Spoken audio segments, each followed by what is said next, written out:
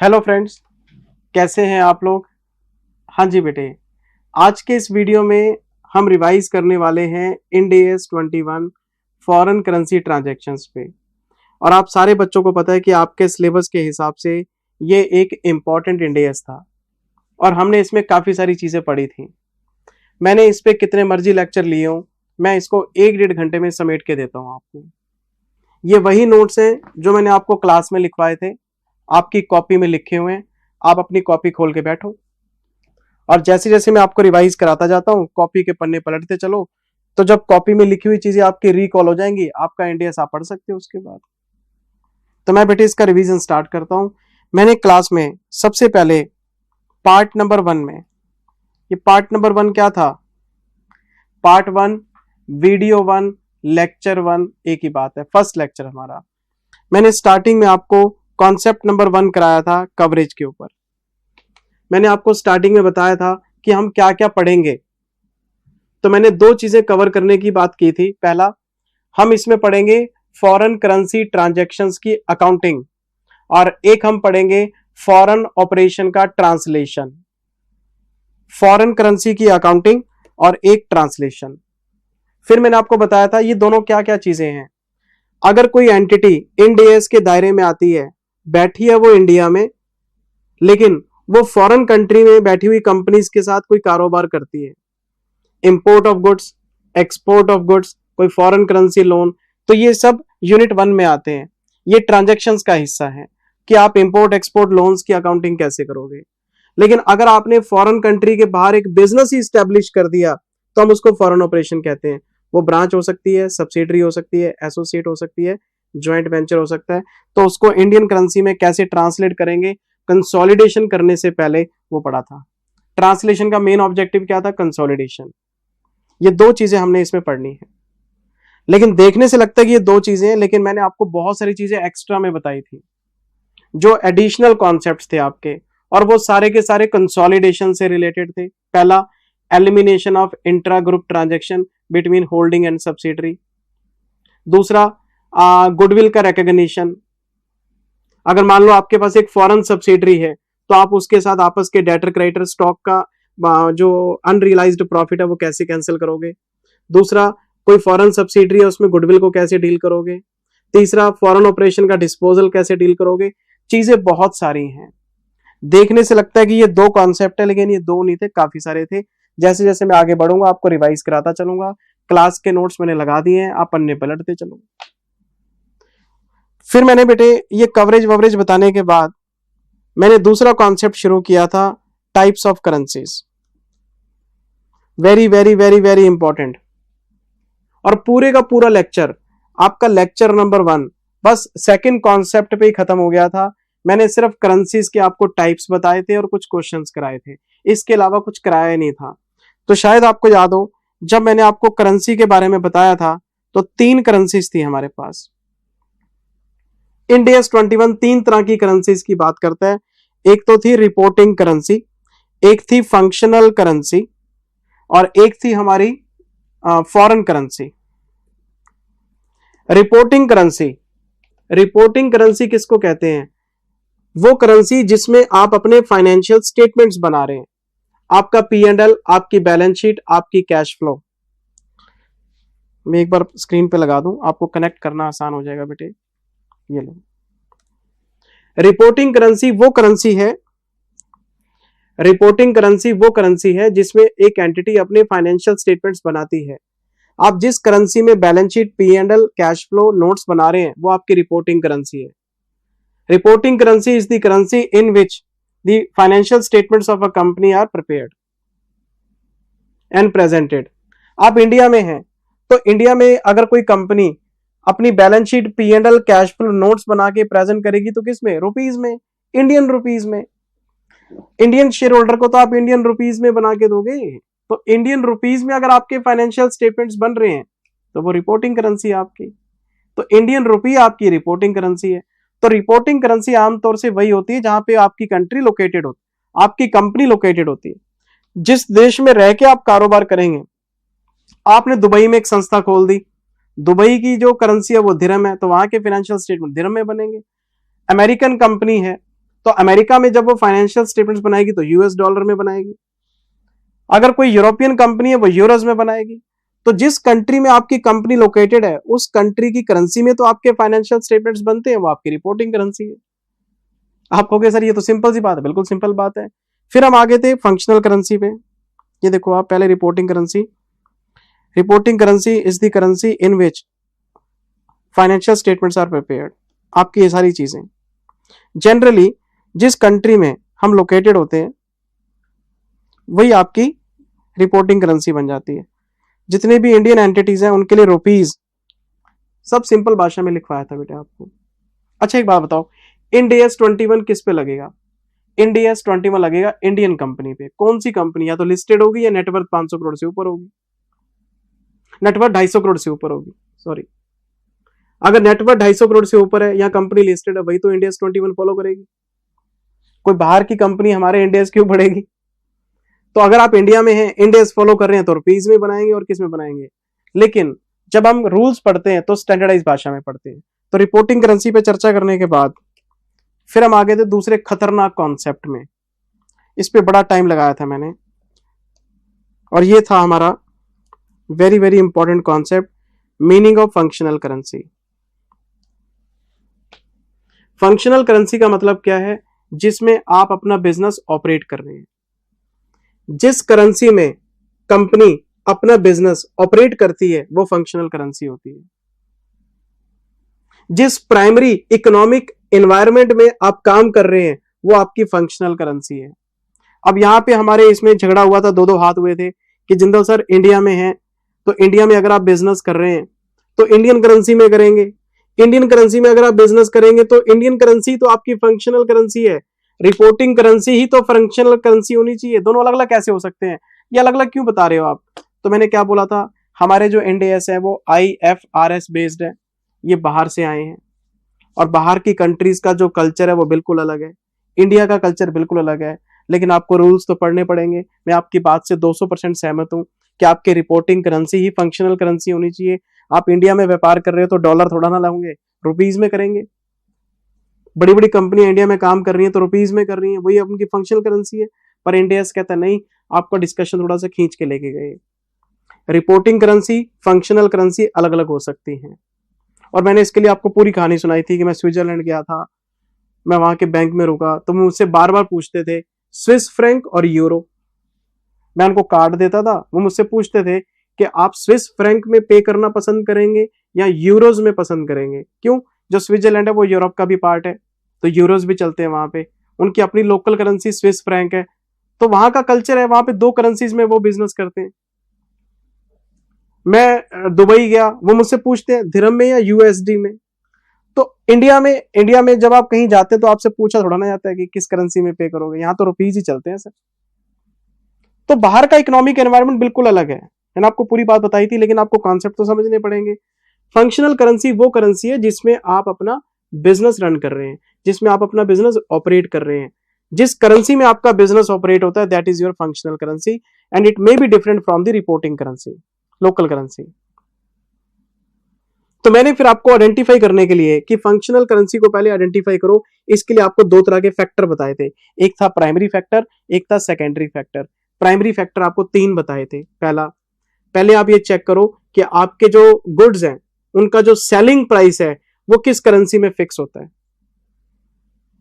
आपके गुड्स का जो सेलिंग प्राइस है उस सेलिंग प्राइस को कौन सी करेंसी इन्फ्लुएंस करती है। दूसरा, फिर आप चेक करो कि आपकी कंपनी में जो मटेरियल का खर्चा है, जो लेबर का खर्चा है या ओवरहेड्स हैं, इनकी जो अमाउंट है वो कौन सी करेंसी डिसाइड करती है। फिर आपको तीसरा फैक्टर बताया था प्राइमरी कि आपका जो बिजनेस है वो किस कंट्री के कॉम्पिटिटिव फोर्सेस से रेगुलेट होता है। ये 3 प्राइमरी फैक्टर बताए थे मैंने आपको डिटेल में।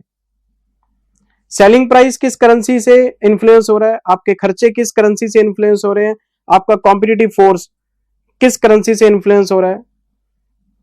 और फिर सेकेंडरी फैक्टर में मैंने आपको बताया था किस करेंसी में आप अपना फाइनेंस रेज कर रहे हैं, लोन या कैपिटल वगैरह।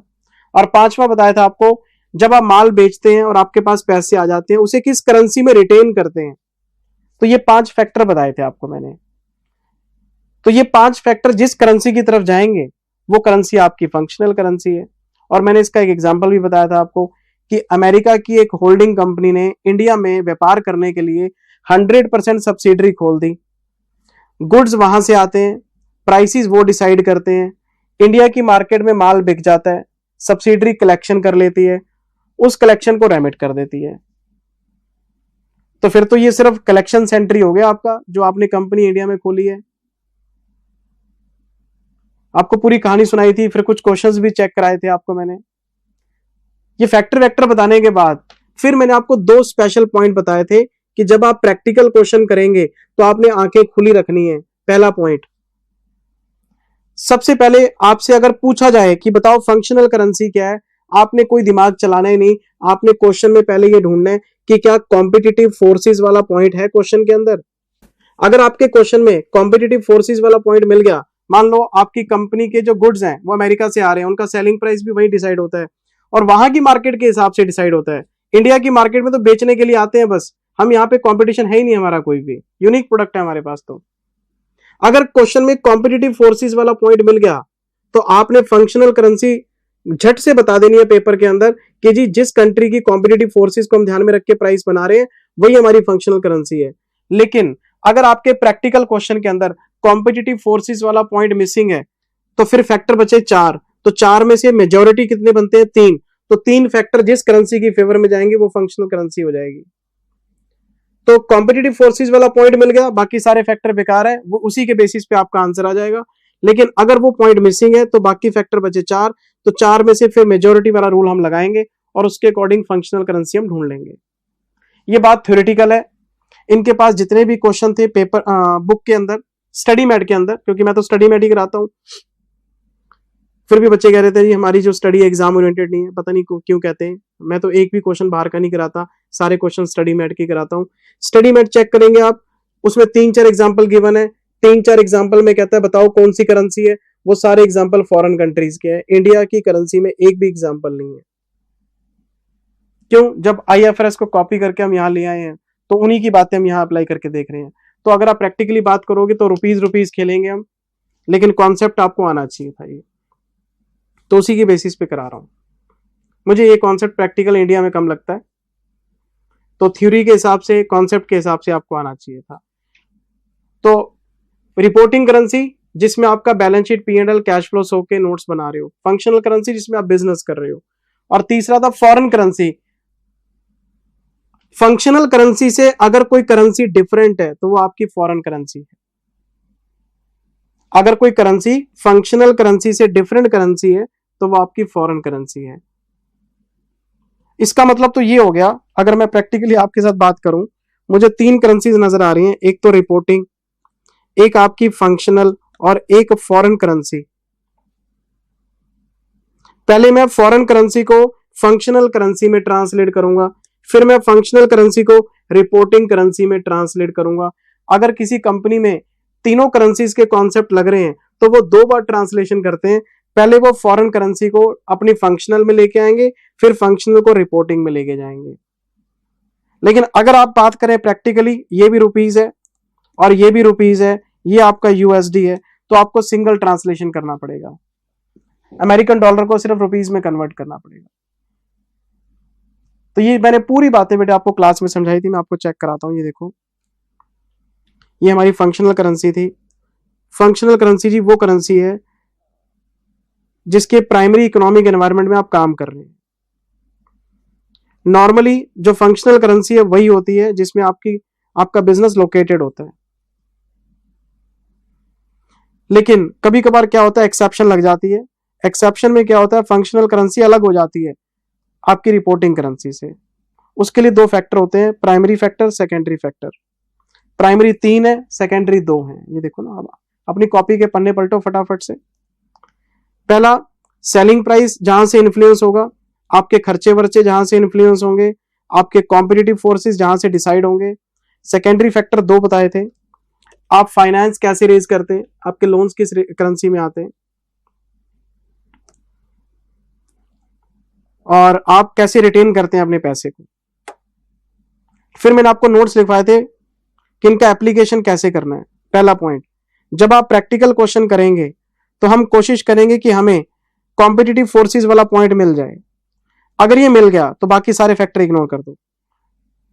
तो जिस कंट्री की कॉम्पिटिटिव फोर्सेस वाला पॉइंट आ जाएगा वही करेंसी आपकी फंक्शनल करेंसी है। दूसरा पॉइंट, बाकी के जितने भी पॉइंट्स हैं, मान लो कॉम्पिटिटिव फोर्सेस वाला पॉइंट नहीं मिला तो फिर आप मेजोरिटी के हिसाब से चलो, 4 में से 3 जिधर जाएंगे वो हमारा आंसर हो जाएगा। और फिर मैंने आपको ये 4 क्वेश्चन कराए थे, देखो ये 4 क्वेश्चन क्लास में कराए थे। ये इंपॉर्टेंट था, ये वेरी वेरी इंपॉर्टेंट था, ये सारे क्लास में डिस्कस किए हुए बेटे। और फिर मैंने आपको फॉरेन करेंसी का मतलब लिखवाया होगा, ये रहा। ये कौन सी करेंसी है जो आपकी डिफरेंट है फंक्शनल करेंसी से, रिपोर्टिंग करेंसी से नहीं, फंक्शनल करेंसी से, वो आपकी फॉरेन करेंसी है। पूरे का पूरा लेक्चर करेंसी की एक्सप्लेनेशन पे निकल गया। और मैंने आपको बोला था कि ये 4 क्वेश्चन आपको रटने पड़ेंगे क्योंकि पेपर में कभी भी आ सकते हैं। तो फंक्शनल करेंसी का कॉन्सेप्ट छोड़ के मत जाना। फिर लेक्चर नंबर 2 आ गया। पहले तो लेक्चर नंबर 1 खत्म हो गया, फिर मैं लेक्चर नंबर 2 में आ गया। यहां से मैंने शुरू करी थी आपकी डेफिनेशंस। आपका जो मेन इंडेस है वो यहां से शुरू हुआ था। ये कॉन्सेप्ट नंबर 3 है, इंपॉर्टेंट डेफिनेशंस की बात की हमने। और मैंने इसमें आपको 3 डेफिनेशंस मेनली बताई थी बेटे। अगर आपको याद हो, 3 डेफिनेशन मैंने मेनली बताई थी, कॉपी चेक करो। पहला, meaning of exchange rate, meaning of monetary item, meaning of non monetary item. ये 3 डेफिनेशन मैंने आपको बताई थी। सबसे पहले क्या था? सबसे पहले था मीनिंग ऑफ एक्सचेंज रेट। क्या था एक्सचेंज रेट? फॉरेन करेंसी का single unit, 1 pound, 1 dollar, 1 euro, 1 दिरहम। फॉरेन करेंसी का 1 यूनिट जितने रुपीज में आप कन्वर्ट कर सकते हो, that is your exchange rate. Pound 110 रुपए का, डॉलर 90 रुपए का, यूरो 95 रुपए का, दिरहम 25 रुपए का। अगर आपको फॉरेन करेंसी का 1 यूनिट लेना है तो आपको कितने रुपीज देने पड़ेंगे, वो आपका एक्सचेंज रेट है। और फिर मैंने इसके 2 टाइप्स बताए थे आपको, buying rate, selling rate. Buying rate, selling rate. जितने भी एसेट्स आपके पास होते हैं फॉरेन करेंसी में, उनके लिए होता है सेलिंग रेट। और जितनी भी लायबिलिटीज होती हैं आपके पास फॉरेन करेंसी में, उसके ऊपर लगता है बाइंग रेट। मैंने बाहर से गुड्स इंपोर्ट कर लिए, माल खरीद लिया, मेरे को पेमेंट बाहर भेजनी है। अब पेमेंट बाहर भेजनी है तो अपनी करेंसी में मांग रहा है मेरे से। मान लो चाइना से मैंने इंपोर्ट किया, चाइना की करेंसी है आरएमबी, तो सप्लायर कहता है आरएमबी भेजो। मैं बैंक के पास गया, मैंने बोला जी आरएमबी चाहिए, तो मैं आरएमबी खरीदना चाहता हूं, बाइंग रेट पे मिलेंगे। मैंने कंट्री से बाहर एक्सपोर्ट किया तो उन्होंने मुझे चेक भेज दिया यूएसडी में। अब वो यूएसडी में बैंक के पास लेके गया, मेरे को जी रुपीज दे दो, तो मैं डॉलर बेचने जा रहा हूं, इस पे लगेगा सेलिंग रेट। तो जितने भी एसेट्स हैं वो सेलिंग रेट पे चलते हैं, और जितनी भी लायबिलिटीज हैं आपको पे करनी होती है, आपको चुकानी होती है, उसके लिए फॉरेन करेंसी खरीदनी पड़ती है, वो बाइंग रेट पे। और इंडिया में एक कल्चर है सर, बाइंग रेट महंगा है, सेलिंग रेट सस्ता है सर, तभी तो बैंक कुछ पैसे कमाएगा। बाइंग और सेलिंग कभी सेम नहीं होती। अगर आपने दिरहम खरीदना है, आपको 25 रुपए में मिलेगा, बेचने जाओगे तो 22 साढ़े 22 रुपए में लेंगे वो लोग। यही बैंक का प्रॉफिट होता है आपका। लेकिन मैंने आपको एक बात और बताई थी कि हम पूरे इंडिया के अंदर बाइंग और सेलिंग पे चर्चा नहीं करेंगे। हम एक बार मान लेते हैं कि बाइंग और सेलिंग सेम है, तो एसेट्स और लायबिलिटीज के ऊपर सेम रेट लगता है, नहीं तो ये बहुत कॉम्प्लिकेट हो जाता। एसएफएम के अंदर तो आप पढ़ते होंगे बाइंग रेट, सेलिंग रेट, लेकिन इंडियस में स्टार्टिंग में बोल दिया इन्होंने कि आप एक बार सेम मान लो। चलो जी मान लिया। अब कहते हैं अब आपके 4 रेट हैं। एक्सचेंज रेट आपका ओपनिंग रेट हो सकता है, आपका क्लोजिंग रेट हो सकता है, आपका एवरेज रेट हो सकता है, आपका एक्चुअल रेट हो सकता है। अकाउंटिंग करते वक्त बाइंग और सेलिंग का कोई लफड़ा नहीं है, ओपनिंग, क्लोजिंग, एवरेज, एक्चुअल का लफड़ा है। अगर मैं प्रैक्टिकली बात करूं तो अगर बाइंग रेट लायबिलिटीज पे लगता है तो बाइंग रेट 4 तरह का होता है, ओपनिंग, क्लोजिंग, एवरेज, एक्चुअल। अगर मैं एसेट्स पे सेलिंग रेट लगाता हूं तो ये भी 4 तरह का होता है, ओपनिंग, क्लोजिंग, एवरेज, एक्चुअल। तो टोटल 8 रेट होते हैं। लेकिन समझने के लिए क्या किया हमने, बाइंग और सेलिंग को इक्वल करके 4 बना लिए कि हर जगह में इन चारों का इस्तेमाल करेंगे। किसी भी क्वेश्चन में अलग अलग रेट मेंशन नहीं थे एसेट्स और लायबिलिटीज के, तो इसलिए हमने बाइंग और सेलिंग पे चर्चा ही नहीं करी। हमने चर्चा किस पे करी कि ओपनिंग रेट क्या है, क्लोजिंग क्या है, एवरेज क्या है, एक्चुअल क्या है और इनका यूज क्या है। तो मैंने आपको बताया था ओपनिंग एक्सचेंज रेट 1 अप्रैल का रेट, साल के पहले दिन का रेट आपका ओपनिंग रेट है। 31 मार्च का रेट, साल के आखिरी दिन का रेट आपका क्लोजिंग रेट है। डेली रेट आपको ट्रांजैक्शन करनी है 14 अगस्त को, 14th ऑफ अगस्त को, तो 14th ऑफ अगस्त का रेट आपका एक्चुअल रेट है। मुझे ट्रांजैक्शन करनी है 20th ऑफ सितंबर को, 20th ऑफ सितंबर का रेट मेरा एक्चुअल रेट है। मुझे ट्रांजैक्शन करनी है 15 अक्टूबर को, 15 अक्टूबर का रेट मेरा एक्चुअल रेट है। एक साल में अगर 365 दिन है तो 365 एक्चुअल रेट होंगे। आरबीआई डेली रेट अनाउंस करता है। आरबीआई की वेबसाइट पे जाओ, आपको हर करेंसी का डेली रेट मिलेगा वहां पे। डेली रेट का नाम क्या है? Daily rate, actual rate, transaction rate, spot rate. आप जिस दिन फॉरेन करेंसी में ट्रांजैक्शन करने जाते हैं उस दिन का रेट आपको चेक करना पड़ेगा। Daily rate, actual rate, transaction rate, spot rate, कोई भी नाम दे दो आप इसे। साल के पहले दिन का रेट ओपनिंग, आखिरी दिन का रेट क्लोजिंग, डेली रेट आपका एक्चुअल, स्पॉट, ट्रांजैक्शन। और एक होता है एवरेज रेट, एवरेज। अब इस बात पे आपका पॉइंट डिपेंड करता है कि आपको एवरेज कितने पीरियड की चाहिए।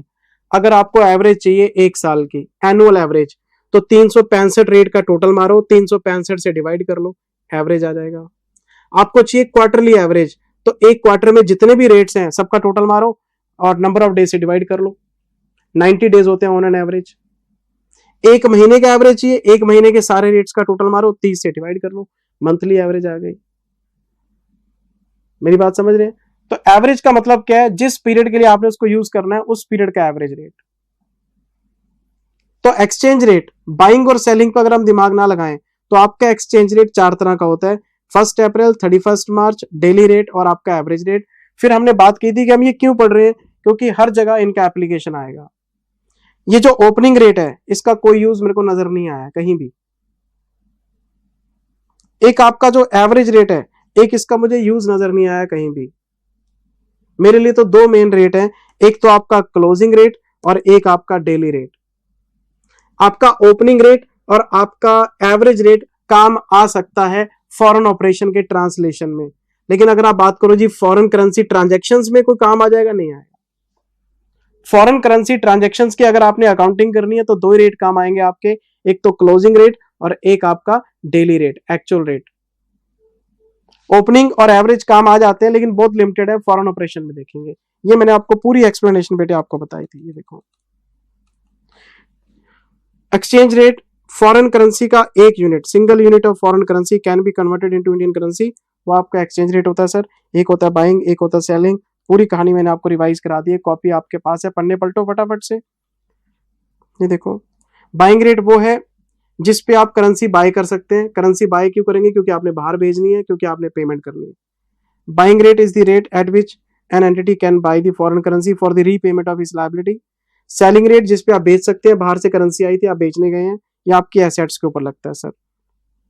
लेकिन इसकी चर्चा यहीं खत्म कर दी। फिर हमने इसको 4 हिस्सों में बांट दिया था: ओपनिंग, क्लोजिंग, एक्चुअल और आपका एवरेज। ये पूरा फंडा मैंने आपको बता दिया। एक डेफिनेशन तो ये पढ़ी थी बेटे हमने। फिर एक और डेफिनेशन पढ़ी हमने, meaning of monetary items. Monetary items versus non monetary items. Concept number 1, coverage. Coverage में दो चीजें, ट्रांजैक्शन और ट्रांसलेशन। फिर मैं आ गया कॉन्सेप्ट नंबर 2 में, करेंसीज के कितने टाइप्स होते हैं, रिपोर्टिंग, फंक्शनल और फॉरेन। फिर मैं आ गया डेफिनेशंस में, ये तीसरा कॉन्सेप्ट चल रहा है, exchange rate, monetary item, non monetary item. मैं बात कर रहा हूं मॉनेटरी आइटम्स की। किसको कहते हैं मॉनेटरी आइटम? बड़ी सिंपल सी बात बताई थी, अगर कोई एसेट या लायबिलिटी, याद है आपको, अगर कोई भी एसेट या कोई भी लायबिलिटी फॉरेन करेंसी में फिक्स्ड है, अगर कोई भी रिसीवेबल या कोई भी पेबल फॉरेन करेंसी में फिक्स्ड है तो वो मॉनेटरी आइटम है। और अगर किसी एसेट का आना या लायबिलिटी का जाना फॉरेन करेंसी में फिक्स नहीं है तो वो आपकी नॉन मॉनेटरी आइटम है। फिक्स्ड पेबल, फिक्स्ड रिसीवेबल आपका मॉनेटरी है, नॉन फिक्स्ड आपका नॉन मॉनेटरी है। बच्चे कहते सर हमें तो समझ में आया नहीं, फिर मैंने आपको एग्जांपल से बात बताई थी। For example foreign currency debtors, आपने माल बेचा कंट्री के बाहर 10,000 यूएसडी का, तो 10,000 यूएसडी मिलेंगे। आपने इंपोर्ट किया है 10,000 यूएसडी का, तो आपको देने पड़ेंगे। आपने लोन लिया है 5 लाख डॉलर का, तो आपको चुकाना पड़ेगा। आपने प्रेफरेंस शेयर कैपिटल इशू की है 5 लाख डॉलर की, आपको रिडीम भी करनी पड़ेगी। आपने फॉरेन करेंसी में डिबेंचर इशू किए, आपको रिडीम करने पड़ेंगे। डेटर, क्रेडिटर, लोन, डिबेंचर्स, बात समझ रहे बेटे? Preference share capital, outstanding expenses, BR, BP, कितना पैसा आना है और कितना जाना है आपको पता होता है। भाई आप एक बात बताओ, डेटर क्रेडिटर क्या है? आपका कोई कॉन्ट्रैक्ट है ना सामने वाले के साथ, तभी तो पार्टी का नाम आ रहा है। लोन किससे लिया? पार्टी का नाम आ रहा है। तो जहां कॉन्ट्रैक्ट है, जहां पे दो लोग हैं, वहां पे पैसा देना और लेना फिक्स हो जाता है, वो मॉनिटरी आइटम है आपका।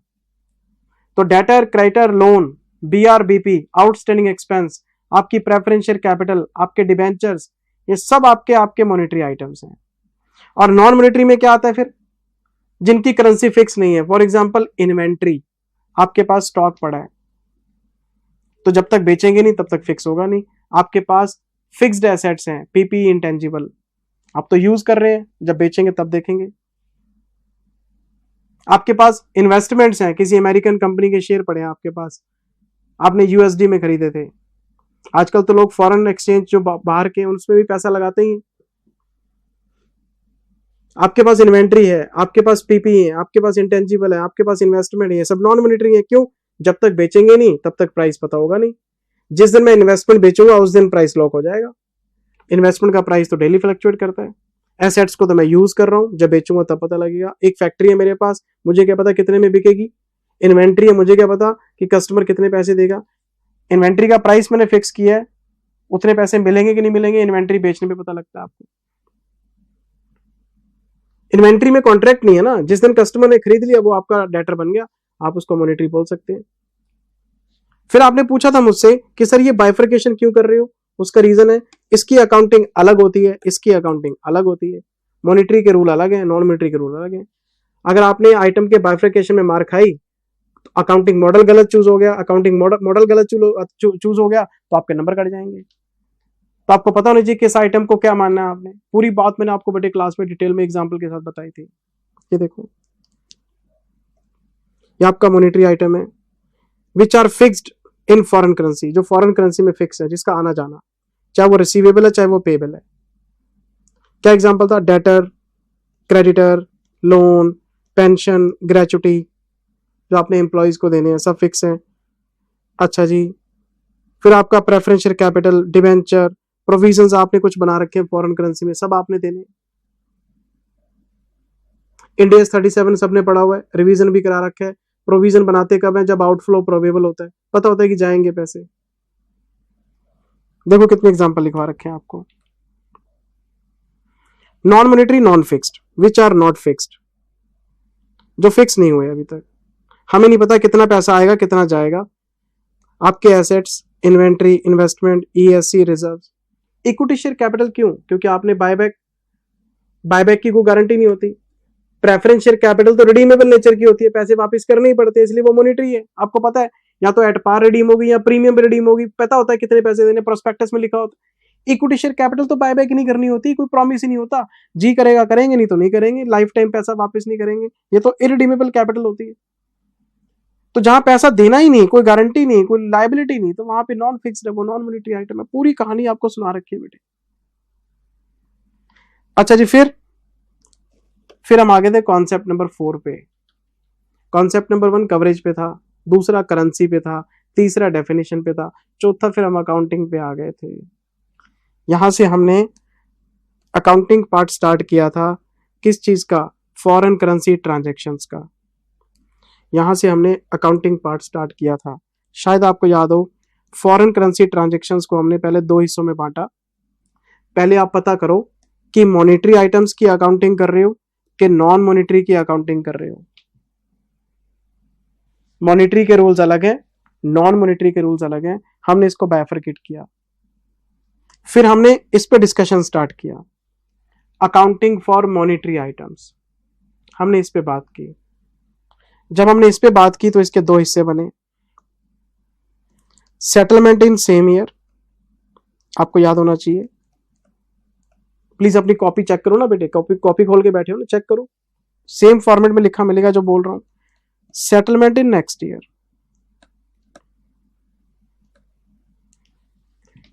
जब हमने मॉनेटरी आइटम्स की अकाउंटिंग स्टार्ट की तो उसमें दो कॉन्सेप्ट मिले, सेम ईयर, नेक्स्ट ईयर। ये क्या था? सेम ईयर का मतलब इसी फाइनेंशियल ईयर में एक्सपोर्ट हुआ, इसी फाइनेंशियल ईयर में कलेक्शन भी हो गया, बैलेंस शीट में नो बैलेंस। इसी फाइनेंशियल ईयर इंपोर्ट किया, इसी फाइनेंशियल ईयर में रीपेमेंट हो गई, बैलेंस शीट में कोई क्रेडिटर नहीं है। तो जब कोई बैलेंस शीट में दिखेगा ही नहीं तो वो सेटलमेंट सेम ईयर में है, बैलेंस शीट का रूल आएगा ही नहीं काम। Import payment, export collection, same year में निपटा दिया आपने, और बैलेंस शीट तक जाते जाते फॉरेन करेंसी का कोई बैलेंस ही नहीं है, जीरो। तो इसमें बैलेंस शीट की कोई इन्वॉल्वमेंट नहीं होती। लेकिन जब हम बात करते हैं सेटलमेंट इन नेक्स्ट ईयर की, तो इंपोर्ट हुआ है करंट ईयर में, पेमेंट करेंगे अगले साल। मान लो मार्च के महीने में, लास्ट मंथ में मैंने गुड्स इंपोर्ट किए और पेमेंट करूंगा जून में, तो मार्च में अगर इंपोर्ट हुआ है तो 31 मार्च को क्रेडिटर दिखेंगे आपको, क्योंकि पेमेंट तो अगले साल है। मार्च में एक्सपोर्ट हुआ है, फरवरी में आपका एक्सपोर्ट हुआ है, लेकिन कलेक्शन अगले साल है, तो बैलेंस शीट में आपको डेटर्स दिखेंगे। तो ये बन जाता है सेटलमेंट इन नेक्स्ट ईयर। ये दो फंडे आपको बताए थे। तो जब हमने सेम ईयर का कॉन्सेप्ट किया था, सेम ईयर का, मान लो यूएसडी है 10,000, मैं एक्सपोर्ट का एग्जांपल ले रहा हूं, 60 रुपए का रेट है 1 मई को और 63 रुपए का रेट है 1 जून को। ये मेरी सेल डेट है, ये मेरी कलेक्शन की डेट है। इसी साल सेल हुई, इसी साल कलेक्शन आ गया, इसको बोलते हैं सेटलमेंट इन सेम ईयर। बड़ी सिंपल सी अकाउंटिंग थी। सबसे पहले है इनिशियल रिकॉग्निशन। इनिशियल रिकॉग्निशन मतलब पहली एंट्री पास करना, और मैंने आपको एक यूनिफॉर्म सा फंडा बता दिया था, डेली रेट पे चलो, एक्चुअल रेट पे चलो। अगर आप 1 मई की एंट्री पास कर रहे हैं तो 1 मई के रेट पे, 1 जून की एंट्री पास कर रहे हैं तो 1 जून के रेट पे। ये हमारा इनिशियल रिकॉग्निशन है, ये हमारा सेटलमेंट है। तो पहली एंट्री हमने पास की थी 60 इंटू 10,000, 6 लाख रुपए पे, और एंट्री पास कर दी थी debtor account debit to sale, foreign currency debtors account debit to sale. Presentation आप कॉपी से चेक कर लो। मैंने 6 लाख रुपए की आपकी सेल की एंट्री मार दी, मेरे को पैसा मिला 1 महीने बाद। उस दिन 63 रुपए का रेट था, तो मेरे पास तो डॉलर आएंगे, डॉलर मैं बैंक के पास लेके जाऊंगा, बैंक कहता है 63 दे रहा हूं, 630 आ गए मेरे अकाउंट में। तो जब 630 आएंगे तो मैं एंट्री पास करूंगा, bank account debit 630 to debtor 6 lakh, 30,000 फालतू आ गए, ये आपका एक्सचेंज गेन है और ये आपका P&L में चला जाएगा। डॉलर में फर्क नहीं आ रहा, डॉलर तो 10,000 ही है, लेकिन रेट फ्लक्चुएशन किस में आ रहा है? रेट में फ्लक्चुएशन आ रहा है। Monetary item fixed payable, fixed receivable, तो 10,000 तो 10,000 ही है, पहले 60 था अब 63 है, तो फ्लक्चुएशन तो रेट में आ रहा है। तो इंड AS 21 साफ साफ कहता है कि जितना भी एक्सचेंज फ्लक्चुएशन आएगा वो आपका P&L में जाएगा। तो रेट अगर बढ़ जाता है आपका कलेक्शन बढ़ गया। अगर ये 63 की जगह 59 हो जाता तो आपको 10,000 रुपए का लॉस हो जाता, तब भी P&L में डाल देते। 6 लाख के 590 मिलेंगे तो लॉस है, 6 लाख के 630 मिलेंगे तो प्रॉफिट है, हमें फर्क ही नहीं पड़ता, हमने तो एक्सचेंज गेन एक्सचेंज लॉस निकाल के P&L में डाल देना है। इसको बोलते हैं सेटलमेंट इन सेम ईयर। इसी साल सेल, इसी साल कलेक्शन, 2 स्टेप्स में काम खत्म। पहला स्टेप इनिशियल, दूसरा स्टेप सेटलमेंट, दोनों का डिफरेंस निकाल के P&L में डाल दो। मैं मॉनेटरी आइटम की बात कर रहा हूं, मैं फिक्स्ड आइटम की बात कर रहा हूं। दूसरा एग्जांपल ये लो, एक और एग्जांपल ले लेते हैं। 60 रुपीज का रेट है 1 फेब को, ये मेरी सेल हुई है। 63 का रेट है 1 जून को, मेरा कलेक्शन हुआ है। और जो 62 रुपीज का रेट है 31 मार्च X1 को, ये मेरी बैलेंस शीट है। सेल हुई है फरवरी में, कलेक्शन हुआ है जून में, बीच में बैलेंस शीट डेट आ गई। तो जब बैलेंस शीट डेट आएगी तो आपको प्रेजेंटेशन करना पड़ेगा। कैसे? आपने 1 फेब को एक एंट्री पास कर दी, foreign currency debtors account debit to sale, initial recognition actual rate पे, 60 रुपए का रेट है, $10,000 है, 6 लाख रुपए पे एंट्री मारो। हमने एंट्री पास कर दी। अब बताओ कलेक्शन कब आएगा? कलेक्शन आएगा जून में, और बीच में आ गई 31 मार्च। 31 मार्च आपकी बैलेंस शीट डेट है। बैलेंस शीट डेट को ये डेटर्स आपकी बैलेंस शीट में दिखेंगे। 10,000 USD हैं और 6 लाख रुपए के हैं। यहां पे इंड AS 21 बीच में आ गया। इंड AS 21 क्या कहता है? ये तो मॉनेटरी आइटम है। आपको पता है कि $10,000 आएंगे, ये तो मॉनेटरी आइटम है। मॉनेटरी आइटम को बैलेंस शीट डेट पे क्लोजिंग रेट पे दिखाना मैंडेटरी है for true and fair presentation. जितने भी मॉनेटरी आइटम्स होते हैं, डेटर, क्रेडिटर, लोन, कुछ भी आपके पास है मॉनेटरी, उसे बैलेंस शीट डेट को आपने क्लोजिंग रेट पे रिपोर्ट करना है। मैंने चेक किया जी, क्लोजिंग रेट 31 मार्च का रेट 62 है, तो मेरे जो डेटर्स की जो वैल्यूएशन है वो अप जा रही है, क्योंकि 60 पे रिकॉर्ड हुआ था, 62 पे आ रहा है, 20,000 का गेन है, तो मुझे एक एंट्री पास करनी पड़ेगी। डेटर्स अकाउंट डेबिट 20,000, क्यों? 10,000 इंटू 2, ये 2 कैसे आया? 62 माइनस 60, 2 एक्सचेंज गेन P&L में जाएगा 20,000 रुपए। अब मेरी बैलेंस शीट में डेटर 6 लाख के नहीं है, 620 के हैं। यहाँ पे फिर बच्चों का मेरे साथ झगड़ा हुआ, सर आपने तो प्रूडेंस की ऐसी की तैसी कर दी। प्रूडेंस कहता है एक्सपेक्टेड गेन को बुक्स में रिकॉर्ड मत करो, लेकिन आप तो करवा रहे हो। मैं नहीं करा रहा जी, इंड AS करा रहा है। इंड AS ये बात कहता है ट्रू एंड फेयर प्रेजेंटेशन जो है वो आपका प्रूडेंस से ऊपर माना जाता है। जब आपको पता है कि $10,000 आएंगे तो उसका रेट आज 62 रुपए है, तो 62 पे दिखाना चाहिए आपको। अगर करेंसी फिक्स नहीं होती हम नहीं दिखाते। करेंसी फिक्स है, आपकी रेट 62 है, अब इसमें डाउट क्या है? आप दिखा दो, 20,000 रुपए का गेन बुक कर लो। आप प्रूडेंस को छोड़ो, आप झगड़ा छोड़ो, आप प्रेजेंटेशन पे काम करो। तो पहला step initial recognition actual rate पे, दूसरा step balance sheet closing rate पे। अब आपके डेटर 620 के हो गए हैं। फिर मैं आ गया 1 जून को। 1 जून को कलेक्शन आ गया। कलेक्शन के टाइम पे क्या रेट है? 63। तो 63 का कंपैरिजन 60 के साथ नहीं करना, 63 का कंपैरिजन 62 के साथ करना है। क्यों? 60 था, उसको 62 बना लिया, गेन बुक कर लिया। अब 62 को 63 पे लेके जाओ।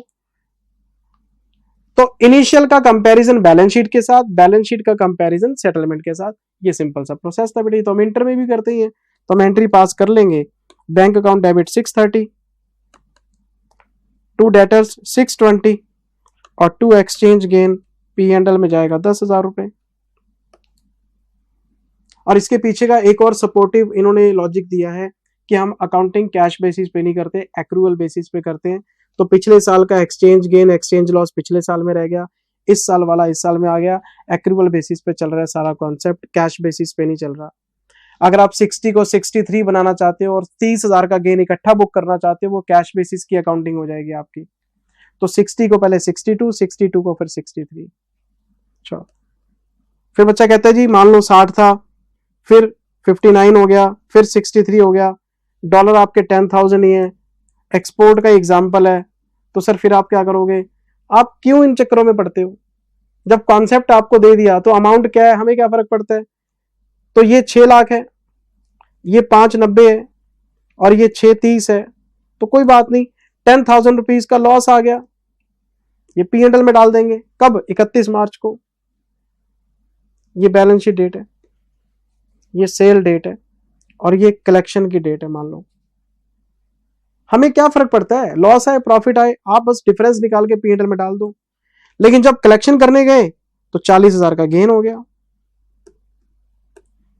तो पिछले साल 10,000 लॉस था, इस साल आपको 40 का गेन आ गया। ओवरऑल देखो, ओवरऑल 30,000 ही है, क्योंकि 10,000 का लॉस बुक करके 40,000 का गेन बुक करोगे तो ओवरऑल 30,000 है। तो 6 के 6 30 बने हैं।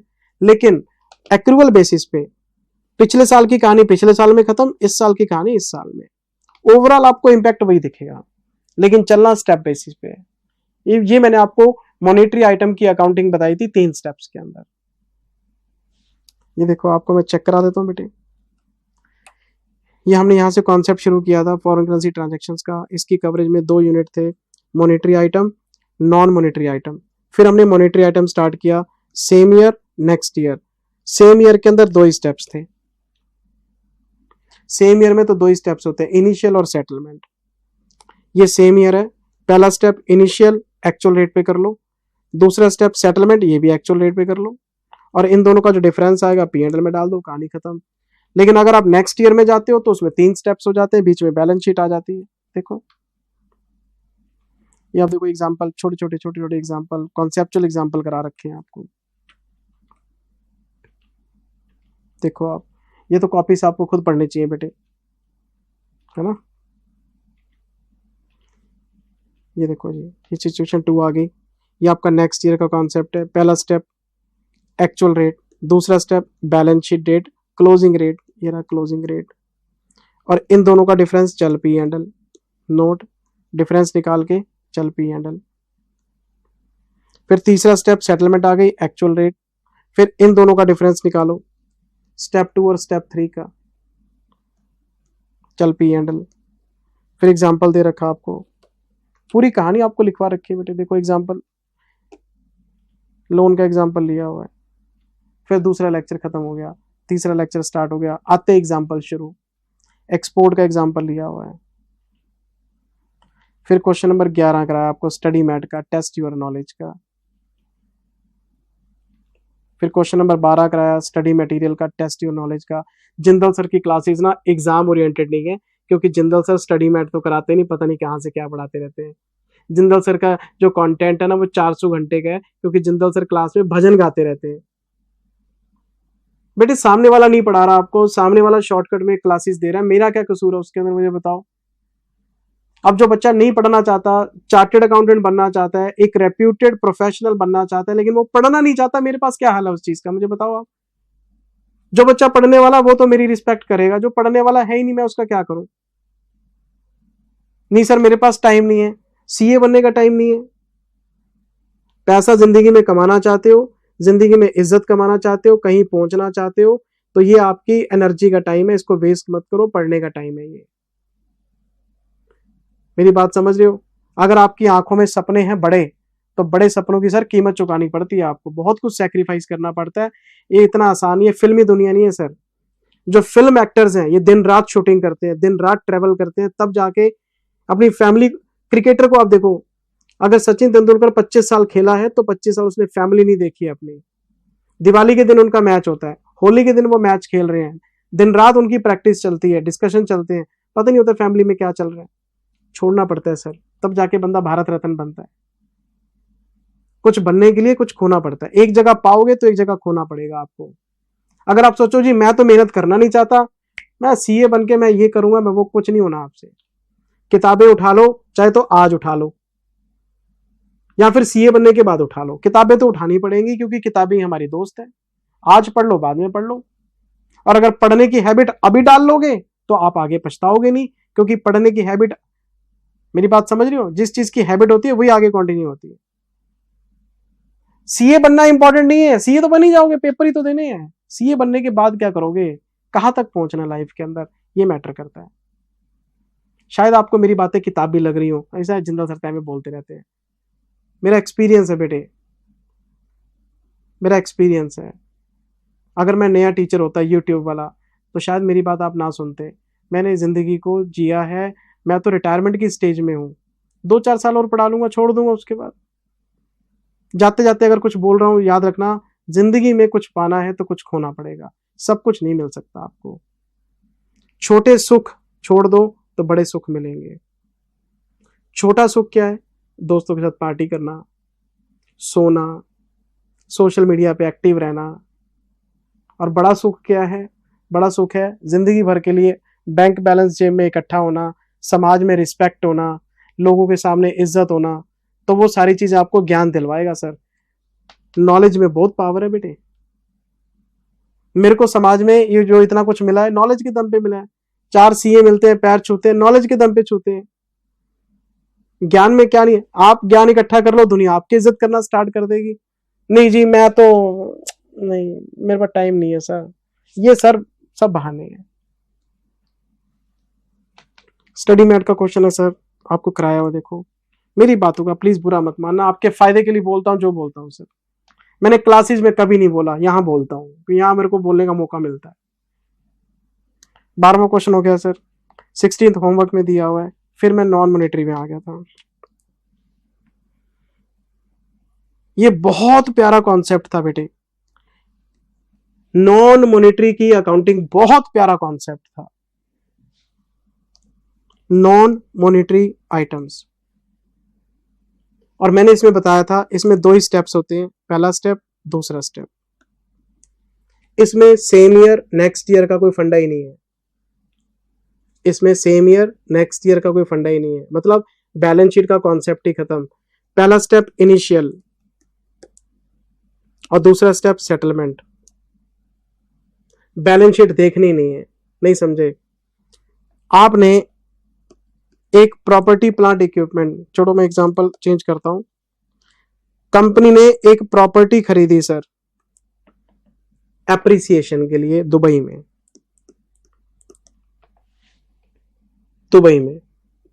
ठीक। हमने इसके लिए पेमेंट की है 1 लाख दिरहम्स की, 1 लाख दिरहम, और 25 रुपए का रेट था। हमने 25 लाख रुपए दे दिए, हमने एक एंट्री पास कर ली, PPE account debit to bank, 25 lakh रुपए, ये लो जी। पर मुझे पता है कि मेरी प्रॉपर्टी दुबई में है और दुबई की जो प्रॉपर्टी की वैल्यू है वो चेंज होती रहेगी। अगर ये प्रॉपर्टी इंडिया में होती फिर तो फ्लक्चुएशन नहीं आता, पर अगर ये प्रॉपर्टी दुबई में है तो दाम में तो फर्क आएगा। तो मैंने 1 लाख दिरहम की खरीदी है, 25 रुपए रेट है, 25 लाख की पेमेंट करके मैंने इसको अपने पास रख लिया। ये मेरा पहला स्टेप हो गया। मैं दूसरे स्टेप में आ गया, सेटलमेंट। मैंने इसको 5 साल बाद बेच दिया, आफ्टर 5 ईयर्स। अब जैसे मैंने बोला आफ्टर 5 ईयर्स, बच्चे के दिमाग में सर 5 साल में तो 5 बैलेंस शीट आई होंगी, तो बैलेंस शीट में भी ये दिखी होगी, तो आप क्लोजिंग रेट क्यों नहीं लगा रहे? तो मैंने आपको यही तो समझाना है कि नॉन मॉनेटरी आइटम पे क्लोजिंग रेट नहीं लगता। जिस रेट पे आपने नॉन मॉनेटरी आइटम खरीदा होगा उसी रेट पे पड़ा रहेगा, क्लोजिंग रेट पे दिखाने की कोई जरूरत ही नहीं है। बस आप एक्विजिशन करके दिखा दो और बेचने का इंतजार करो, सेटलमेंट का। जब मैं इसको बेचने गया तो मैंने इसको बेचा 1,10,000 दिरहम में, 10,000 दिरहम का प्रॉफिट हो गया मुझे। तो मैंने जब इसको बेचा तो ये बनते हैं शायद 27.5 लाख रुपए, है ना। 1,10 इंटू 25, उस दिन रेट भी मेरा 27 रुपए का था, 27 रुपए का रेट। रेट भी बढ़ गया, प्राइस भी बढ़ गया। मेरी बात समझ रहे हो? क्या है ये? सेटलमेंट है सर, बात खत्म। बीच में बैलेंस शीट का कॉन्सेप्ट ही खत्म। सर इसकी अकाउंटिंग क्या होगी आपको समझाई हुई है, मैं बताता हूं। मैं एंट्री पास करूंगा, बैंक अकाउंट डेबिट 1,10,000 दिरहम इंटू 27, 29,70,000 रुपए मेरे पास आएंगे, 110 इंटू 27। फिर मैं लिखूंगा जी 2 पीपीई, मैंने कितने में खरीदा था? 25 लाख में खरीदा था। अब मैं लिखूंगा फेयर वैल्यू गेन, ये जाएगा पी एंडल में। फेयर वैल्यू गेन, हाँ 1,10,000 मिले हैं, आपने लगाए थे 1 लाख, आपकी प्रॉपर्टी की वैल्यू बढ़ गई, 1 लाख दिरहम से 1,10 पे चले गए आप, तो 10,000 दिरहम का फेयर वैल्यू गेन हुआ आपको। ये हुआ 25 रुपए के हिसाब से, मान लेते हैं 2.5 लाख रुपए का। फिर आपको एक एक्सचेंज गेन हुआ है। Fair value gain, exchange gain दोनों अलग अलग है, दोनों अलग अलग निकलेंगे। जो प्राइस का डिफरेंस है 1 लाख के 1,10, ये फेयर वैल्यू गेन है, और जो आपके 25 रुपए के 27 रुपए हुए ये एक्सचेंज गेन है। ये कैसे होगा? ये देखो 1,10 इंटू 2 रुपए, 27 इंटू 25, तो 2,20 का आपको एक्सचेंज गेन हुआ है। एंट्री टैली करके देखो हो गई क्या? 25 और 2 27 और 29 हो गई सर टैली। क्या बीच में कोई बैलेंस शीट आई?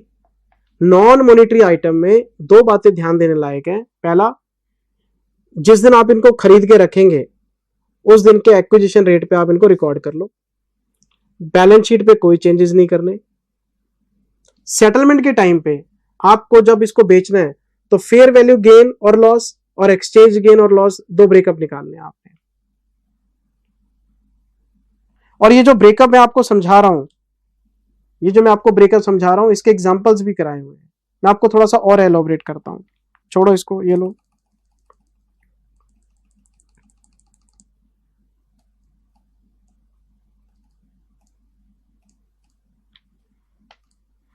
नॉन मॉनेटरी आइटम में एक तो इन्वेंट्री आती, आपके इन्वेस्टमेंट आते, और आपका पीपीई आता है, ईएससी आता है, रिजर्व्स आते हैं, आपको पता है, ठीक है जी।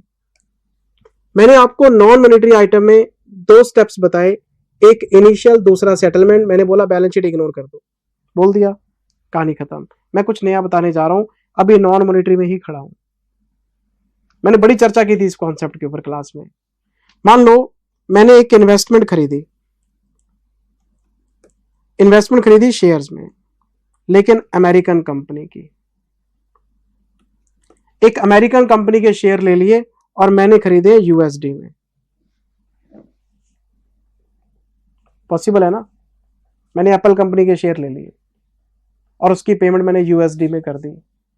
बैठा मैं इंडिया में हूं, शेयर ले रहा हूं अमेरिकन कंपनी के, हो सकता है ना? मैंने 10,000 यूएसडी की पेमेंट की है और उस दिन मेरा जो रेट था मान लेते हैं 80 रुपए का रेट था। तो मैंने एक एंट्री पास की होगी, investment account debit to bank 8 lakh रुपए,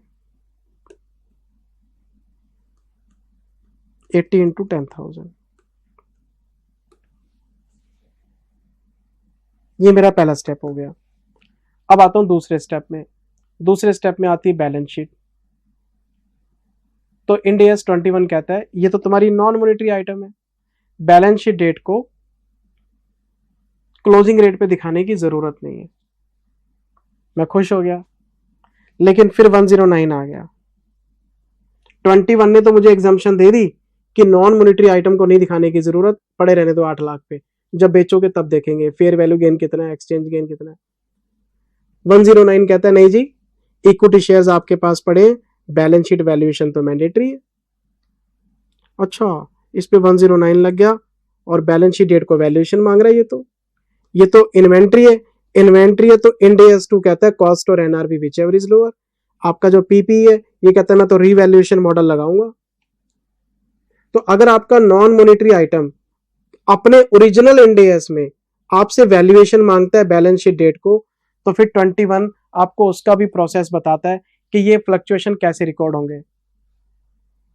यहां पे मैंने आपको ब्रेकअप समझाया था फेयर वैल्यू का और एक्सचेंज का। पॉसिबल है ना? 21 तो कहता है भूल जाओ नॉन मॉनेटरी, लेकिन 109 कहता है मैं तो वैल्यूएशन करूंगा। तो फिर हमने चेक किया 109 में बैलेंस शीट डेट को कि पता करो जी आज फेयर वैल्यू क्या है। तो पता किया कि जो शेयर आपने 10,000 यूएसडी के खरीदे थे वो बैलेंस शीट डेट को 10,200 यूएसडी के हो गए हैं। $200 का आपको गेन हो रहा है, बहुत बढ़िया। और फिर आप चेक करो कि रेट क्या चल रहा है। हमने पता किया तो रेट चल रहा है जी 81 रुपीज का। तो आपको 2 फायदे हो रहे हैं बेटे, $10,000 10,200 बन गए और 80 रुपए का रेट 81 रुपए का हो गया। दो फायदे हो रहे हैं। तो अगर non monetary item original Ind AS में वैल्यूएशन करवाता है आपसे, चाहे वो 2 है, चाहे वो आपका 109 है, चाहे 16 है, चाहे 38 है, तो आपको एक प्रोसेस पता होना चाहिए नॉन मॉनेटरी आइटम्स की वैल्यूएशन का। तो मैंने आपको 2 स्टेप्स बताए थे। स्टेप 1, सबसे पहले 10,200 माइनस 10,000 इंटू 80 करो। आप ये वाला रेट मत देखो, पहले ये देखो आपका डॉलर बढ़े कितने। रेट कौन सा ले रहा हूं मैं? एक्चुअल, जो मैंने इनिशियली रिकॉर्ड किया था। सिर्फ डिफरेंस किस चीज का ले रहा हूं? वैल्यू का, प्राइस का। ये मेरी फेयर वैल्यू है और ये मेरी कैरिंग अमाउंट है, ये मेरा एक्चुअल रेट है। मैंने $10,000 की इन्वेस्टमेंट 200 डॉलर बढ़ाने हैं। तो अगर मैंने शुरू में 10,200 लगाए होते तो कितने होते? 200 इंटू 80, 16,000 रुपए का फेयर वैल्यू गेन है आपका। फिर दूसरा स्टेप आपको बताया था कि अब आपकी इन्वेस्टमेंट 10,200 की हो गई है। 10,000 को 10,200 बना लिया आपने, क्योंकि $200 का गेन बुक कर लिया, फेयर वैल्यू गेन। चलो 10,200 हो गया। अब आप इसको 81 माइनस 80 करोगे तो आपका एक्सचेंज गेन आ जाएगा 10,200 का। ये 2 स्टेप्स बताए थे। सबसे पहले आपने fair value minus carrying amount into actual rate करना है, तो फेयर वैल्यू गेन आ गया। फिर आपने एक्सचेंज फ्लक्चुएशन निकालना, रेट के डिफरेंस। ये डिफरेंस किस चीज का है? फेयर वैल्यू का। और ये डिफरेंस किस चीज का है? एक्सचेंज गेन का, एक्सचेंज रेट्स का। तो 2 स्टेप्स बताए थे आपको मैंने। तो ये भी गेन है, ये भी गेन है, टोटल 26,200 आपका बढ़ गया। तो अगर आप इन्वेस्टमेंट की वैल्यू बढ़ाना चाहते हैं, इन्वेस्टमेंट की वैल्यू, तो आप एंट्री पास करेंगे investment account debit 26,200 to fair value gain P&L में जाना है, टू एक्सचेंज गेन ये भी P&L में जाना है, ये 16,000 का है, ये 10,200 का है। तो अब आपकी बैलेंस शीट में जो इन्वेस्टमेंट है वो 8 लाख की नहीं है, वो 8,26,200 की है। आप चेक करके देख लो 10,200 इंटू 81, क्या 8,26,200 आ रहे हैं? आ रहे हैं। इस तरह से ब्रेकअप करना सिखाया था मैंने आपको, सेग्रीगेट करना सिखाया था आपको। मेरी बात समझ रहे हैं? ये पूरा प्रोसेस आपको समझाया था बेटा 2 स्टेप्स के अंदर। आप कोई भी एग्जांपल ले लो, ये लो आप स्टॉक का एग्जांपल ले लो, आप इन्वेंट्री का एग्जांपल ले लो। आपने कोई इन्वेंट्री खरीदी थी 10,000 USD की, रेट था 80 रुपए का, लेकिन जब बैलेंस शीट आई तो $9800 का रह गया और रेट आपका हो गया 82। कॉस्ट और NRV which ever is lower, तो एनआरवी आपकी लो है, वैल्यूएशन एनआरवी पे होगी, तो पहले आपको फेयर वैल्यू लॉस निकालना पड़ेगा, जिसको वैल्यूएशन लॉस बोलते हैं हम। कैसे निकलेगा? 10,000 माइनस 9800 इंटू 80, तो आपको 200 इंटू 16,000 रुपए का लॉस हो गया। ये किस चीज का लॉस है? फेयर वैल्यू लॉस है आपका। लेकिन जब एक्सचेंज पे आएंगे तो 9800 इंटू 82 माइनस 80, इसमें आपको गेन नजर आएगा 19,600 का आपको गेन नजर आएगा। अगर हम ओवरऑल बात करें तो 36 रुपए का गेन नजर आएगा। एक लॉस है, एक गेन है। पूरी अकाउंटिंग बेटे आपको करा रखी है, एंट्रीज तक पास करा रखी है। मैं आपको चेक कराता हूं, ये देखो, ये नॉन मॉनिटरी की कहानी है। It means that presentation of non-monetary items at balance sheet date will be same rate at which it was acquired. इसमें accounting for non-monetary items is quite similar to accounting for monetary except accounting for balance sheet date. क्यों? क्योंकि balance sheet date को हम closing date नहीं लगाते। पहले basic समझाया आपको, फिर आपको कुछ अच्छी बातें बताई। ये देखो एक्सेप्शन पे आ गया। बैलेंस शीट डेट को आपको अगर वैल्यूएशन करनी पड़े, फिर आपका जो प्रिंसिपल है चेंज हो जाएगा। Non monetary items are measured at fair value at balance sheet date, we can consider closing rate. Closing rate लिया जा सकता है अगर फेयर वैल्यू पे चलते हैं तो। उसके लिए 2 स्टेप्स बताए थे, पहला स्टेप, दूसरा स्टेप। पहले फेयर वैल्यू चेंज निकालो, पहले फेयर वैल्यू ले लो, इनिशियल रिकॉग्निशन माइनस कर लो, एक्चुअल रेट ले लो, फिर आप एक्सचेंज फ्लक्चुएशन निकालो। ये पूरी वर्किंग आपको बता रखी है बेटे। कॉपी खोलो, कॉपी पे लिखी हुई है स्टेप्स के अकॉर्डिंग, सब कुछ लिखवाया हुआ है। फिर देखो एग्जांपल्स भी कराए हैं आपको। ये एग्जांपल 1 जो भी अभी आपको मैं समझा रहा था, देखो एग्जांपल 2, देखो ये 10,000 का 8800 हो गया, इन्वेंट्री का एग्जांपल है। तो इसमें आपको $1,200 का लॉस हो रहा है। 1200 इंटू 60, 1200 इंटू 60, 72,000 का लॉस हो गया आपको। लेकिन फिर 2 रुपीज का गेन भी है, 60 का 62 हो गया, तो 17,600 के आसपास ये देखो गेन आ गया। 2 स्टेप्स में अलग अलग एंट्रीज हैं, फिर आपको एंट्रीज पास कराई। देखो ये वैल्यूएशन लॉस है, ये एक्सचेंज, सब कुछ कॉपी में है बेटे। खोलो तो सही, चेक तो करो। अच्छा मेरे बच्चे, फिर तीसरा एग्जांपल आ गया मेरे बच्चे। फिर चौथा एग्जांपल, पीपी का अलग, इन्वेस्टमेंट का अलग, इन्वेंट्री का अलग, हर चीज का एग्जांपल बना बना के कराया। फिर क्वेश्चन नंबर 10 कराया। ये देखो आप, very very important, study mat का, टेस्ट योर नॉलेज का क्वेश्चन है। मैं तो एग्जाम ओरिएंटेड पढ़ाते ही नहीं बेटे, है ना। ये देखो स्टडी मैट का क्वेश्चन है। फिर क्वेश्चन नंबर 10 के बाद इतना बड़ा क्वेश्चन था ये, ओके। क्वेश्चन नंबर 20 होमवर्क में दिया। फिर लेक्चर नंबर 4 आ गया बेटे हमारा। ये हमारा पार्ट नंबर 4 है। इसमें हमने शुरू किया था 5वां कॉन्सेप्ट फॉरेन ऑपरेशंस का। मैंने आपको पहले फॉरेन ऑपरेशन की डेफिनेशन बताई थी। इंडिया से बाहर अगर आप कोई बिजनेस एस्टेब्लिश करते हैं तो वो आपका फॉरेन ऑपरेशन है। ये branch, subsidiary, associate, joint venture किसी भी फॉर्म में आप एस्टेब्लिश कर सकते हैं। कोई भी बिजनेस अगर आप इंडिया के बाहर चला रहे हैं वो फॉरेन ऑपरेशन है, और आप उसे किसी भी फॉर्म में एस्टेब्लिश कर सकते हैं। हम इंडिया 21 क्यों पढ़ रहे हैं? क्यों? फॉरेन ऑपरेशन को इंडिया में कंसोलिडेट करना पड़ेगा आपको। अगर ये ब्रांच है तो हेड ऑफिस उसे कंसोलिडेट करेगा, अगर सब्सिडरी है तो होल्डिंग उसको कंसोलिडेट करेगा इंडिया में, एसोसिएट है तो इन्वेस्टर उसको कंसोलिडेट करेगा इंडियस 28 में, ज्वाइंट वेंचर है तो उसको हम 28 या 111 के हिसाब से कंसोलिडेशन तो होगा ना। आप कोई भी फॉरेन ऑपरेशन इंडिया के बाहर एस्टेब्लिश करते हैं तो उसका कंसोलिडेशन तो इंडिया में होना है। कंसोलिडेशन अगर इंडिया में होगा तो वो इंडियन रुपीज में होगा। फॉरेन ऑपरेशन का ट्रायल बैलेंस आपका फॉरेन करेंसी में, तो आपको कंसोलिडेशन से पहले उसके ट्रायल बैलेंस को ट्रांसलेट करना पड़ेगा इंडियन करेंसी में। जब उसका ट्रायल बैलेंस इंडियन करेंसी में ट्रांसलेट हो जाएगा तो फिर आप कंसोलिडेशन कर लेना। तो मैंने तो इसमें आपको कंसोलिडेशन सिखाया नहीं, वो तो आपको पता है 110 में, 28 में, 111 में क्या करके आए हो आप। मैंने तो यहाँ पे आपको फॉरेन करेंसी के ट्रायल बैलेंस को इंडियन करेंसी में ट्रांसलेट करने के बारे में बताया था। तो उसके ट्रांसलेशन रूल्स के कुछ ट्रांसलेशन रूल्स थे। फॉर एग्जाम्पल, आप ट्रायल बैलेंस बना रहे हो, सॉरी,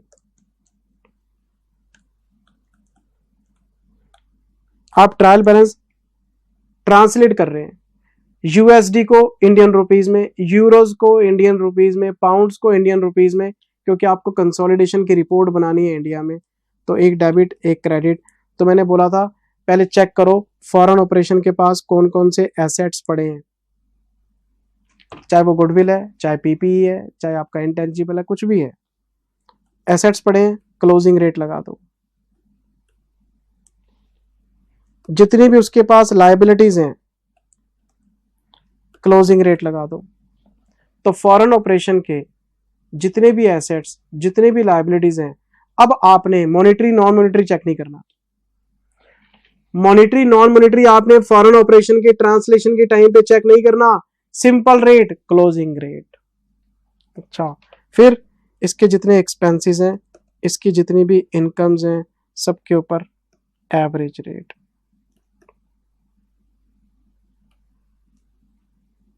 अच्छा, इसके पास जो शेयर कैपिटल है और इसके पास जो रिजर्व एंड सरप्लस है, रिजर्व्स के दो हिस्से, एक प्री एक्विजिशन, एक पोस्ट एक्विजिशन। ये डेट ऑफ एक्विजिशन को होते हैं, ये बाद में होते हैं। इस पे कौन सा rate? Date of acquisition rate. जिस दिन आपने शेयर खरीदे थे उस दिन क्या रेट था उस पे, ये भी डेट ऑफ एक्विजिशन रेट। ये आपका एवरेज रेट। ये पोस्ट एक्विजिशन प्रॉफिट्स कौन से हैं? जो बाद में हमने कमाए हैं, बाद में कमाए हैं तो एवरेज रेट पे। ये हमने टोटल मार लिया था। इसमें जो डिफरेंस आया था, ये डेबिट साइड का टोटल था, ये क्रेडिट साइड का टोटल था। इसमें डिफरेंस आना ही आना है, अलग अलग रेट लगा रहे हो आप, तो उसको हमने बोला था FCTR, foreign currency translation reserve, और FCTR को हमने OCI में शो किया था। फॉरेन ऑपरेशन के सारे एसेट्स और लायबिलिटीज क्लोजिंग रेट पे, इनकम और एक्सपेंसेस एवरेज रेट पे, कैपिटल और pre acquisition profits date of acquisition rate पे, post acquisition profit average rate पे, टोटल मार के हमने डिफरेंस निकाल के FCTR, और FCTR को हमने OCI में शो कर दिया था। ये पूरी वर्किंग आपको मैंने बेटे बताई थी। ये देखो ना, फॉरेन ऑपरेशन वो ऑपरेशन है जो इंडिया से बाहर चला रहे हैं हम, आउटसाइड इंडिया। ये एक सब्सिडरी हो सकता है, एक एसोसिएट हो सकता है, ज्वाइंट वेंचर हो सकता है, ब्रांच हो सकता है। कंसोलिडेशन आपको इंडिया में बनाने हैं तो उसके लिए आपको ट्रांसलेशन करना पड़ेगा इसका। जब ट्रांसलेशन करेंगे तो उसके लिए रूल्स पढ़ने पड़ेंगे। ये आपको देखो प्रॉपर एक एक वर्ड लिखवाया हुआ है। देखो, एसेट्स पे क्लोजिंग, लायबिलिटीज पे क्लोजिंग, इनकम्स पे एवरेज, एक्सपेंस पे एवरेज, शेयर कैपिटल पे एक्चुअल, एक्चुअल एवरेज, डिफरेंस निकाल के FCTR, डिफरेंस निकाल के FCTR, और इसको OCI में शो करेंगे।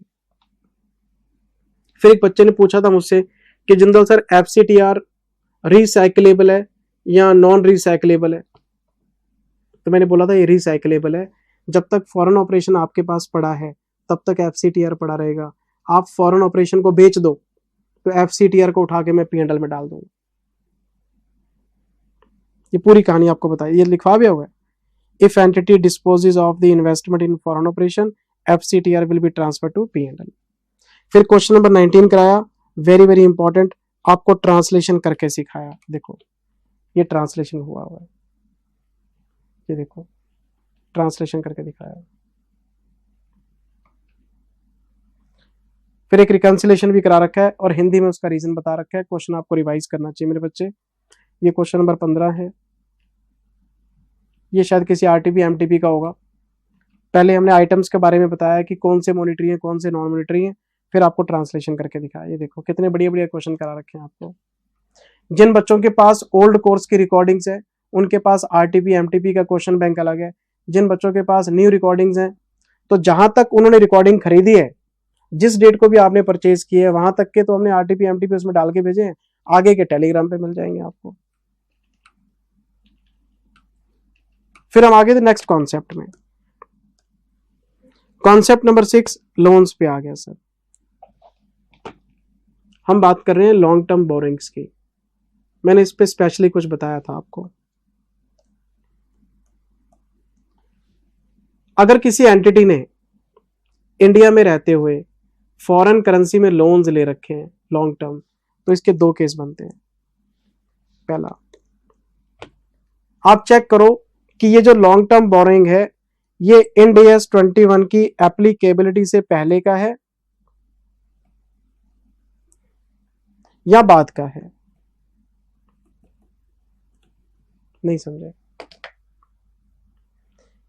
अगर किसी एंटिटी के पास फॉरेन करेंसी लोन है तो पहले ये चेक करो कि ये फॉरेन करेंसी लोन लिया कब था।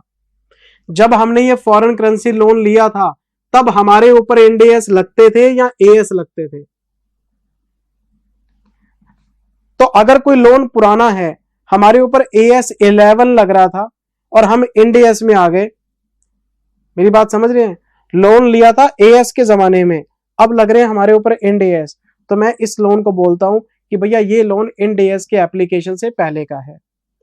तो AS 11 आप लगा रहे होगे, तो AS 11 में पैराग्राफ 46A है जो इस लोन का ट्रीटमेंट बताता है आपको। तो आपका इंड AS 21 ये बात कहता है कि आप 46A अप्लाई कर सकते हैं। आप AS 11 वाली जो अकाउंटिंग है उसको कंटिन्यू कर सकते हैं। आपको इंड AS 21 की बात सुनने की जरूरत नहीं है। अगर कोई लोन AS के जमाने का है, आप इंड AS में आ गए, तो आप उस पर AS की अकाउंटिंग अभी भी कंटिन्यू कर सकते हैं। हमने पूछा जी क्या रीजन है, कहते 101 में जाके पढ़ो। मैंने बोला 101 में क्या है, first time adoption of Ind AS, वहां पे कुछ एग्जाम्पशन की बात की गई है, तो ये बात 101 कहता है आपको। अगर कोई लोन AS के जमाने का नहीं है, इंड AS का एप्लीकेशन हो चुका है आपके ऊपर और उसके बाद आप कोई लोन लेते हैं, तो फिर इंड AS 21 का डंडा चलेगा। अब आपको AS 11 लगाने का मौका नहीं मिलेगा। तो अगर कोई लोन इंड AS के एप्लीकेशन के बाद का है तो इंड AS 21 लगाओ। अब आप सोचेंगे सर इंड AS 21 क्या कहता है? इंड AS 21 कहता है मॉनिटरी आइटम हर बैलेंस शीट डेट पे क्लोजिंग रेट लगा लगा के उसे P&L में भेजते रहो, फिर पेमेंट कर दो। जैसे आप अभी अकाउंटिंग करके आए वैसे करते रहो, नॉर्मल अकाउंटिंग। 46A लगाने की जरूरत ही नहीं है। और अगर आपने मेरे से इंटर की क्लासेस ली हुई हैं, इंटर की कॉपी आपके पास पड़ी होगी, 46A डिटेल में लिखवा है, उसकी रेफरेंस लेना चाहिए आप ले सकते हैं, पर जरूरत नहीं है, काम नहीं आता बेटा। ये आपसे कभी भी 46A पे क्वेश्चन नहीं पूछा जाएगा, ये सिर्फ नॉलेज के लिए। ये मैंने आपको पूरी कहानी बताई थी बेटे। अच्छा जी, फिर क्वेश्चन नंबर 14 कराया, लेक्चर नंबर 5 आ गया। देखो क्वेश्चन नंबर 14 आपके स्टडी मैट का है, प्रैक्टिकल क्वेश्चन कराया।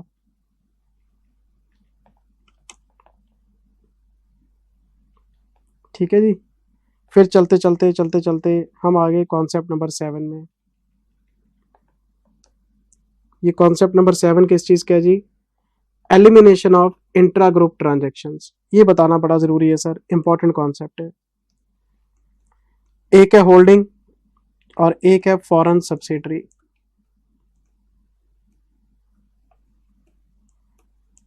ठीक है जी। मैं अभी आपके साथ CFS की बात नहीं करूंगा, मैं अभी आपके साथ ट्रांसलेशन की बात नहीं करूंगा, मैं फॉरेन ऑपरेशन की बात नहीं करूंगा। मैं आपको जीरो से एक बार रिवाइज कराता हूं कि मैंने क्या बोला था। मैंने बोला ये होल्डिंग है, ये फॉरेन सब्सिडरी है, ये इंडिया में है, ये USA में है। ठीक है जी। होल्डिंग ने इसको माल बेचा, सोल्ड गुड्स, तो इसकी बुक्स में फॉरेन करेंसी डेटर्स आ गए, क्योंकि एंट्री पास करेगा फॉरेन सब्सिडरी टू सेल। जब तक पैसा नहीं आएगा तब तक ये डेटर है, पैसा आ जाएगा तो एलिमिनेट कर देंगे। ठीक है, ये जो फॉरेन करेंसी डेटर्स हैं सब्सिडरी के फॉर्म में, ये बैलेंस शीट डेट को पढ़े हैं। मैं सीएफएस की बात नहीं कर रहा, मैं फॉरेन ऑपरेशन की बात नहीं कर रहा, मैं तो सिंपल बात कर रहा हूं कि मैंने एक्सपोर्ट किया है किसी कंपनी को, उसको डेटर बना के बैलेंस शीट में रख लिया। अब ये आपका मॉनेटरी आइटम है, इसको बैलेंस शीट डेट पे आप क्लोजिंग रेट पे शो करेंगे। क्लोजिंग रेट पे शो करेंगे तो फ्लक्चुएशन आएगा, वो P&L में चला जाएगा। ये मैं किसकी बात कर रहा हूं, एसएफएस की, stand alone financial statement of holding as per Ind AS 21। Holding ने माल सब्सिडरी को बेचा हो या किसी और को बेचा हो, monetary item balance sheet date पे क्लोजिंग रेट पे आते हैं, फ्लक्चुएशन आएगा, P&L में चला जाएगा। सिंपल सी बात बोल रहा हूं, कुछ नया तो नहीं बोल रहा। अच्छा जी, अब क्या हुआ, अब इसकी बैलेंस शीट में डेटर्स हैं तो इसकी बैलेंस शीट में क्रेडिटर्स भी होंगे। जब इसकी बैलेंस शीट में क्रेडिटर्स होंगे, अब सीएफएस का टाइम आ गया, ये एलिमिनेट होंगे, उसके डेटर इसके क्रेडिटर एलिमिनेट कर दो। तो इंड AS 21 ये बात कहता है जब आप सीएफएस बनाएंगे आपस का लेना देना कैंसिल करेंगे, करो, डेटर क्रेडिटर को कैंसिल करो, कोई नहीं रोक रहा आपको। लेकिन ये जो आपने मॉनेटरी आइटम की वैल्यूएशन की थी एसएफएस के अंदर और जो एक्सचेंज फ्लक्चुएशन निकाला था, ये एलिमिनेट नहीं होगा। होल्डिंग ने सब्सिडरी को माल बेचा, अपना डेटर बना लिया, अब वो अपने एसएफएस बना रहा है, इंड AS 21 लगा रहा है, मॉनेटरी आइटम्स की रिपोर्टिंग कर रहा है, उस पे एक्सचेंज फ्लक्चुएशन निकाल रहा है, उसे अपने P&L में डाल रहा है, ठीक बात है, क्लोजिंग रेट पे ले आया।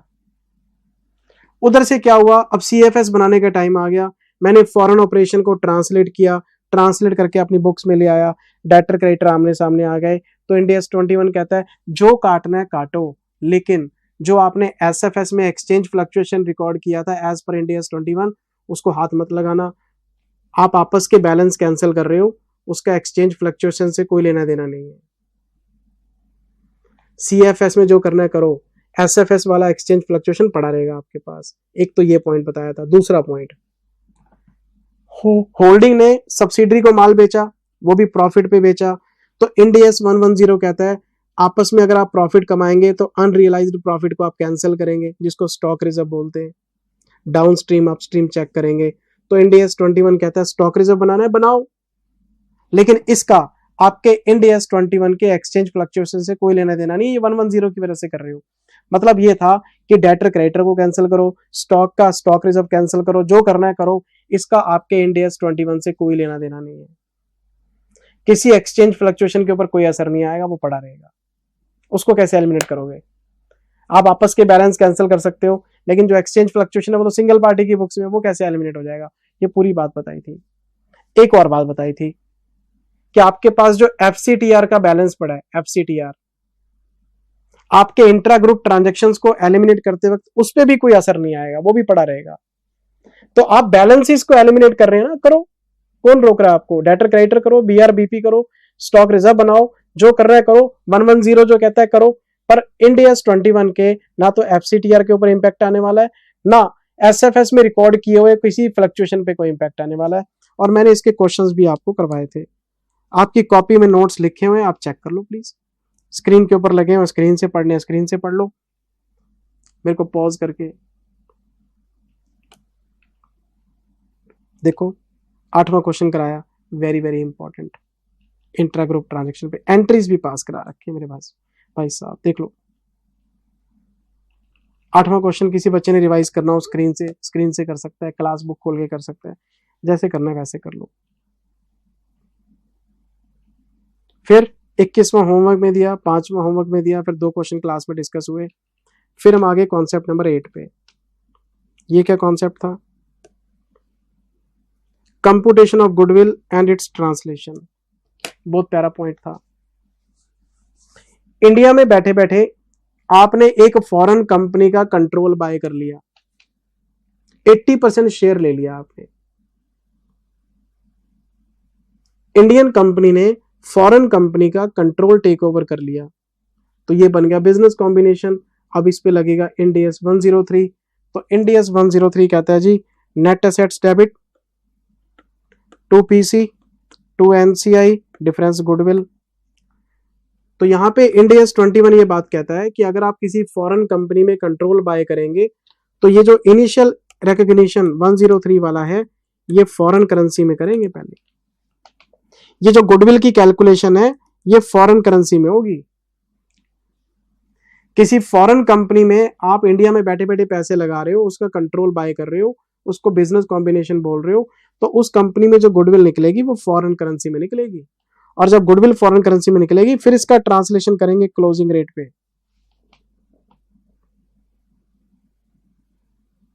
बात समझ में आई? फॉरेन कंपनी में अगर आपने पैसे लगाए हैं तो 103 आपका फॉरेन करेंसी में लगेगा, गुडविल फॉरेन करेंसी में निकलेगी। जब फॉरेन ऑपरेशन को ट्रांसलेट करेंगे इंडिया में तो गुडविल पे ऑटोमेटिकली क्लोजिंग रेट लगेगा। क्यों? सारे और एसेट्स और लायबिलिटीज पे क्लोजिंग रेट लगता है, अभी तो बताया था। फॉरेन ऑपरेशन के एसेट्स पे क्लोजिंग रेट, लायबिलिटीज पे closing rate, goodwill is a part of assets, तो ऑटोमेटिकली इस पे क्लोजिंग रेट लग जाएगा आपका। लेकिन एक और बात बताता हूं आपको, गुडविल पे तो क्लोजिंग रेट लग गया, गुडविल की कैलकुलेशन भी फॉरेन करेंसी में हो गई। आपको एक बार्गेन परचेज का कॉन्सेप्ट याद है?